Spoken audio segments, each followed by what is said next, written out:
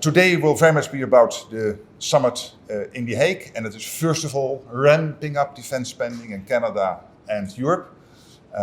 Nations are committed to that. We will have a debate on all the details, but this is really important because we have the ongoing Russian threat.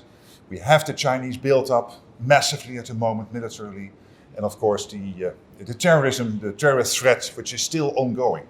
But we also have to ramp up the defense industry because with only money we are not there. We also need the defense industrial output to make sure that we can fight off any threat to NATO territory. And of course we will discuss Ukraine, how to make sure that we bring Ukraine to a lasting and durable peace. Again, welcome and thank you for your personal leadership on all of this, Marco. Thank you, and I think today's meeting sets up what I hope will be, I believe, will be a very successful leaders level meeting coming up very shortly.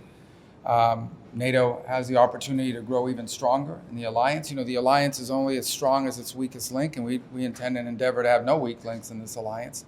So it's setting up nicely, and it's good to see. You know, the president has just submitted a budget for $1 trillion of defense spending, which is unheard of. It's unparalleled. And it's not just spending money. It's spending money on the capabilities that are needed for the threats of the 21st century. All kinds of different threats that look different from the threats in the past. And so I think today sets up that leaders meeting, which will be very productive. I also think, obviously, that the big issue on everyone's mind is what's happening with Russia and Ukraine. The president of the United States has been abundantly clear. He wants the war to end. He's open to virtually any mechanism that gets us to a just, enduring, and lasting peace.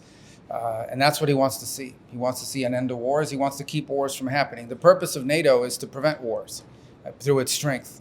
And that's why, you know, we want to see it grow stronger. Spending levels among all partners that allow everyone to be stronger. It makes the alliance stronger. And also he wants to end wars. And that's the hope with Russia and Ukraine. We'll see what happens over the next couple of days in that regard. But we want to see progress made in that regard. And whatever mechanism is outlined, whatever the process is that needs to happen, I mean, we are open to being constructive and helpful in any way we can to end a conflict. I will say this, and I'll repeat it, that there is no military solution to the Russia-Ukraine conflict. This war is going to end not through a military solution, but through a diplomatic one.